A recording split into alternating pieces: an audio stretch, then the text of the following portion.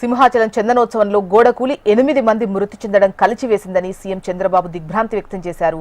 భారీ వర్షాల వల్ల గోడ కూలడంతో ఈ ఘటన జరిగిందని చెప్పారు. మృతుల కుటుంబాలకు ప్రగాఢ సానుభూతి తెలుపుతున్నట్లు చెప్పారు. కలెక్టర్, ఎస్పీతో మాట్లాడి అక్కడి పరిస్థితి తెలుసుకుంటున్నట్లు వివరించారు. గాయపడ్డ వారికి మెరుగైన చికిత్స అందించాలని అధికారులను ఆదేశించారు. సహాయక చర్యలపై ఎప్పటికప్పుడు పరిస్థితి సమీక్షిస్తున్నానని చంద్రబాబు వెల్లడించారు. ఇక పూర్తి వివరాలు అందించేందుకు మనకు కాంతి లైవ్ లో సిద్ధంగా ఉన్నారు. కాంతి,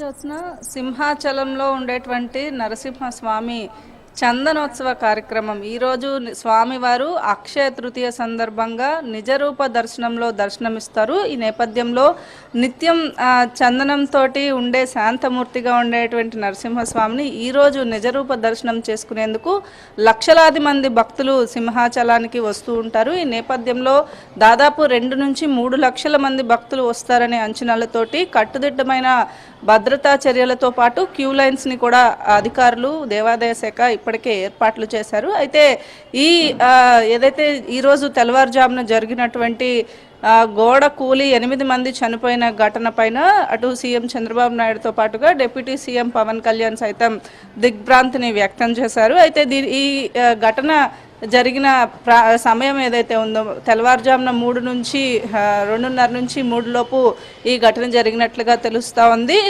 నిన్న మధ్యాహ్నం నుంచి కూడా రాత్రి వరకు కూడా ఎడతెరిపి లేకుండా కురుస్తున్నటువంటి గాలి, వాన, వర్షానికి ఈ గోడ కూలినట్టుగా ప్రాథమికంగా అంచనా వేసినప్పటికీ కూడా సింహగిరి బస్టాప్ నుంచి ఏవైతే 300 రూపాయల క్యూ లైన్లను ఏర్పాటు చేశారో 300 క్యూ లైన్లలో ఉన్నటువంటి భక్తులు కూడా తెల్లవారుజాము నుంచి స్వామివారి దర్శనం కోసం వేచి చూస్తున్న సమయంలో ఈ గోడ కూలిపోవడం అనేది జరిగింది. ఈ నేపథ్యంలో ఈ ఘటనకి సంబంధించి 8 మంది చనిపోయినట్లుగా చెప్తున్నారు. 4 ఇప్పటికే కేజీహెచ్లో ఏదైతే ట్రీట్మెంట్ని అందిస్తున్న పరిస్థితి ఉంది. అయితే ఎవరైతే చనిపోయిన కుటుంబాలకు 3 లక్షల రూపాయలు ఎక్స్గ్రేషియాని కూడా ప్రభుత్వం ప్రకటించడం జరిగింది. ఈ ఘటనకి తెలిసిన వెంటనే అక్కడ ఏదైతే అందుబాటులో ఉన్నటువంటి హోంమంత్రి అనితతో పాటుగా సిపి, కలెక్టర్ అందరూ కూడా పర్యవేక్షించి అక్కడ ఎన్డీఆర్ఎఫ్, ఎస్డీఆర్ఎఫ్ బృందాలు చేరుకొని అక్కడ ఏదైతే